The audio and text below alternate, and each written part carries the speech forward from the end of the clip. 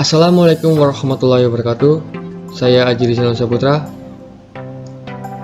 NPM 180304033, kelas TL3B, Prodi D3 Teknik Listrik. Di sini saya akan menjelaskan tentang perencanaan strategis mata kuliah Manajemen Industri.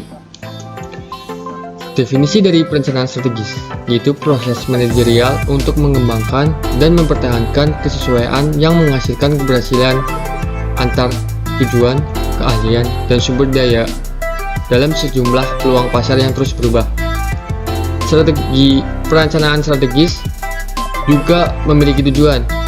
Yang pertama itu membentuk serta menyempurnakan bisnis dan produk perusahaan sehingga mampu mencapai sasaran laba dan pertumbuhan. Perencanaan strategis juga memiliki level. Level yang pertama itu korporasi, level kedua divisi, level ketiga unit bisnis, dan level keempat produk. Yang pertama yaitu perencanaan korporasi. Jadi mendefinisikan misi korporasi. Yang kedua menetapkan unit bisnis strategis. Yang ketiga membebankan sumber daya ke masing-masing bisnis strategis. Yang keempat merencanakan bisnis baru, merampingkan dan menghentikan bisnis lama.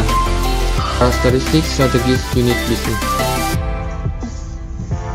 atau disingkat SBU adalah bisnis tunggal atau kelompok yang terkait, tapi dapat direncanakan secara terkait maupun terpisah ya dari bagian perusahaan yang lainnya. SBU juga memiliki manajemen yang bertanggung jawab atas perencanaan strategis dan kinerja laba, yang mengendalikan sebagian faktor yang mempengaruhi laba tersebut. Jadi SBU juga memiliki kayak manajer untuk mengendalikan laba-laba seperti itu ya.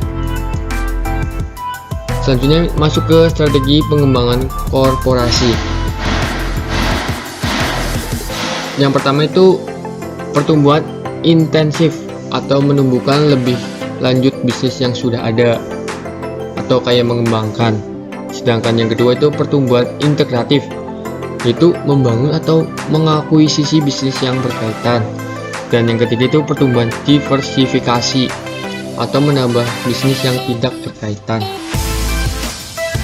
Selanjutnya kita masuk ke analisis SWOT ya. Jadi analisis SWOT adalah analisis kondisi internal maupun eksternal suatu organisasi yang selanjutnya akan digunakan sebagai dasar untuk merencanakan strategi dan program kerja. Dan juga memiliki dua, yaitu analisis internal dan analisis eksternal. Untuk analisis internal itu mencakup tuh faktor kekuatan dan kelemahan. Sedangkan untuk analisis eksternal itu mencakup faktor peluang dan tantangan. Ada juga macam-macam pendekatan dalam analisis SWOT ya. Yang pertama itu pendekatan kualitatif matriks SWOT. Yang kedua itu pendekatan kuantitatif analisis SWOT. Jadi untuk analisis lingkungan eksternal tuh, jadi sebuah industri itu memiliki ancaman, pelakuan bisnis baru atau kekuatan supplier, kekuatan pembeli, produk pengganti, intensitas persaingan dan lingkungan persaingan ya. Jadi dari kayak lingkungan industri tersebut tuh kayak ada 6 aspek yang harus diperhatikan, yaitu aspek yang pertama itu ekonomi, sosial kultural, global, teknologi, politik atau hukum, demografis, dan itu yang terakhir demografis maksud saya. Selanjutnya itu kita masuk ke analisis lingkungan internal ya. Yang berwujud tuh yang pertama tuh untuk yang berwujud ya, seperti sumber daya keuangan, sumber daya organisasi, sumber daya fisik, dan sumber daya teknologi. Sedangkan yang tidak berwujud atau terakumulasi sepanjang tahun lah ya, seperti sumber daya manusia, sumber daya inovasi, dan sumber daya reputasi. Selanjutnya ke matriks peluang dan ancaman. Jadi untuk bisnis yang ideal yaitu yang memiliki peluang utama yang besar namun ancamannya kecil, yang dilambangkan seperti A1 dan B4. Sedangkan yang spekulatif, bisnis yang spekulatif adalah yang mempunyai peluang dan ancaman yang besar, yaitu A1 dan B1. Sedangkan bisnis yang matang adalah peluang maupun ancaman itu kecil, yaitu A4 dan B4 ya. Sedangkan untuk bisnis yang bermasalah adalah yang berpeluang kecil dan memiliki ancaman besar, yaitu A4 dan B1. Oke, selanjutnya kita masuk ke proses manajemen pemasaran ya.